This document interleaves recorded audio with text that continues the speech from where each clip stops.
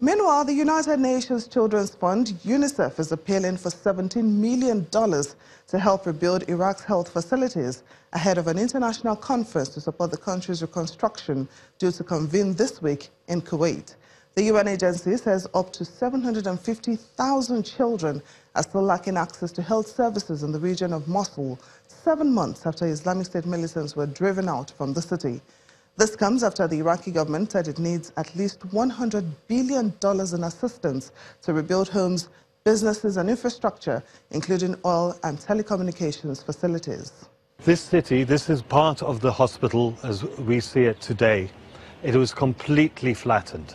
There are parts of the hospital that remain more or less intact, but gutted, nothing. No health services for the children of Mosul, a population now of probably about 1.6 million.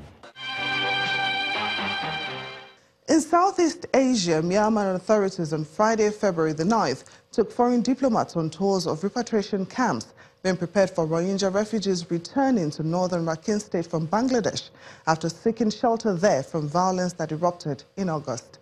This is the second set of diplomats to see the repatriation camp. A final tour will take place on February the 15th. Since August 25, more than 688,000 Muslim Rohingyas and a few hundred Hindu Rohingyas have fled to Bangladesh after a military crackdown in northern Rakhine State in response to militant attacks on security forces. Myanmar and Bangladesh agreed in January to complete voluntary repatriation of the refugees in 2 years. Myanmar said it has set up 2 reception centers and the temporary camp to receive the first arrivals.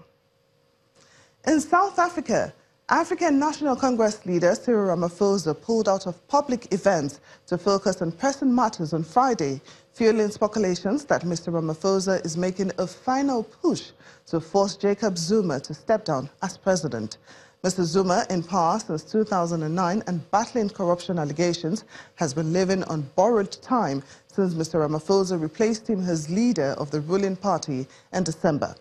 Mr. Ramaphosa and members of the ANC's top 6 most powerful officials had been due to visit Archbishop Emeritus Desmond Tutu and supporters at various events in Cape Town, but an ANC spokesman said they would not participate in those other events due to other pressing matters. An ANC official in the Western Cape province said the schedule changes related to the party's push to force President Zuma to stand down.